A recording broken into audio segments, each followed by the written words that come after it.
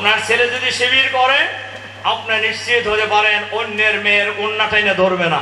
জামাত যদি দেশ পরিচালনার সুযোগ পায় বাংলাদেশে কোনো চাঁদাবাজ থাকবে না। তিনি যদি অমুসলিমও হন তিনিও জামাতের প্রার্থী হইতে পারবে। বাংলাদেশের ছাত্র ছাত্রীদের জন্য সবচাইতে নিরাপদ ঠিকানা, সবচাইতে। আপনার ছেলে যদি শিবির করে তাহলে আপনি নিশ্চিত হতে পারেন আপনার এই ছেলে নেশাখোর হবে না। আপনার ছেলে যদি শিবির করে আপনি নিশ্চিত হতে পারেন অন্যের মেয়ের উন্নাটাইনে ধরবে না। আপনার ছেলে যদি শিবির করে আপনি এতটুকু নিশ্চিত হতে পারেন শিবির করার কারণে আপনার ছেলের রেজাল্ট খারাপ হবে না।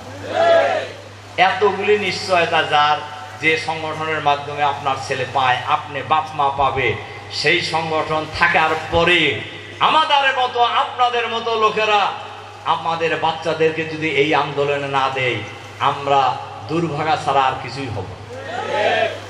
আমি কি কথাটা বুঝতে পারছি আপনাদেরকে? সুতরাং যাদের ছেলে ক্লাস 5-এর উপরে বয়স হয়েছে আপনারা শিবিরে দিবেন। যাদের মেয়ের বয়স ক্লাস 5-এর উপরে হয়েছে সবাই ছাত্রী সংস্থায় নিজেদের বাচ্চাদেরকে নিয়ে ভর্তি করে দিবে।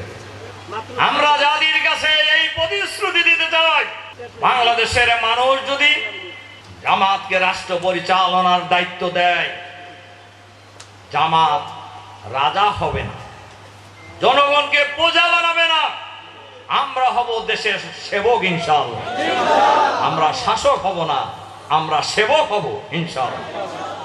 জামাত যদি দেশ পরিচালনার সুযোগ পায় বাংলাদেশে কোনো চাঁদাবাজ থাকবে না, বাংলাদেশে কোনো দুর্নীতিবাজ থাকবে না, বাংলাদেশে কোনো দখলবাজ থাকবে না।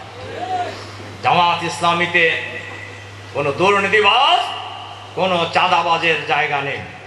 অন্তর্বর্তীকালীন সরকারের কাছে আহ্বান জানাতে চাই অবিলম্বে এই গণহত্যার বিচার করতে হবে। সরকারের ভিতরে বাইরে ফ্যাসিবাদের দোসর যারা এখনো আছেন, যারা অন্তর্বর্তীকালীন সরকার এবং দেশকে অস্থিতিশীল করার ষড়যন্ত্রে নিয়োজিত, এই ফ্যাসিবাদের দোসরদেরকে চিহ্নিত করে গ্রেফতার করে বিচারের আওতায় আনতে হবে। এবং আমরা জানি এই ফ্যাসিবাদের দোসরদের অনেকেই আরেকটি দলের ঘাড়ে সওয়ার হয়ে এই ষড়যন্ত্রে লিপ্ত হয়েছে।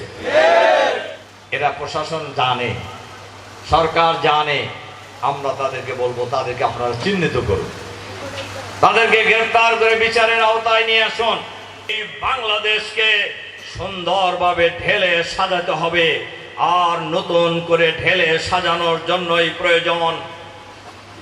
প্রয়োজনীয় সংস্কার করে আগে স্থানীয় সরকার নির্বাচন, এরপরে জাতীয় সংসদ নির্বাচন দিতে হবে।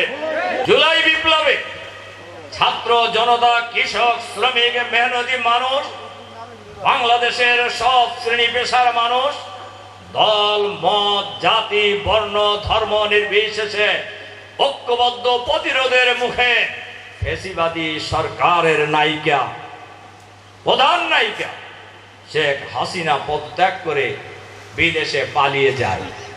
পালিয়ে যেতে বাধ্য হয়েছে। বাংলাদেশ ফ্যাসিবাদ মুক্ত হয়েছে। বাংলাদেশের মানুষ দ্বিতীয়বার স্বাধীনতা লাভ করেছে।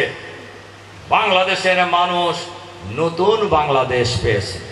জামাত তো বাংলাদেশের গণমানুষের দল, সুতরাং সবাই যদি জামাতের প্রার্থী হয় অসুবিধা আছে?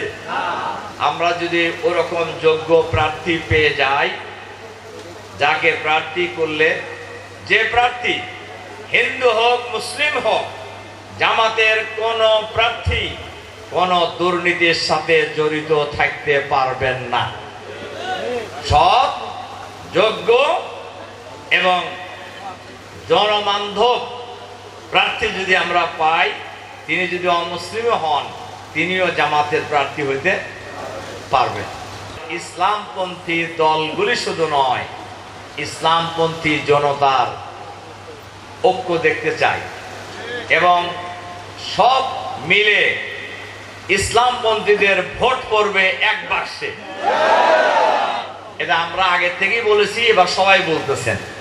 এবং জামাতের পক্ষ থেকে আমরা ইতিমধ্যেই বলেছি, ইসলামপন্থীদের ঐক্য করার জন্য আমরা যতটুকু ছাড় দেওয়ার প্রয়োজন সব ছাড় আমরা দেব। খবরের কাগজ, নিখাত, নির্ভীক, নিরপেক্ষ।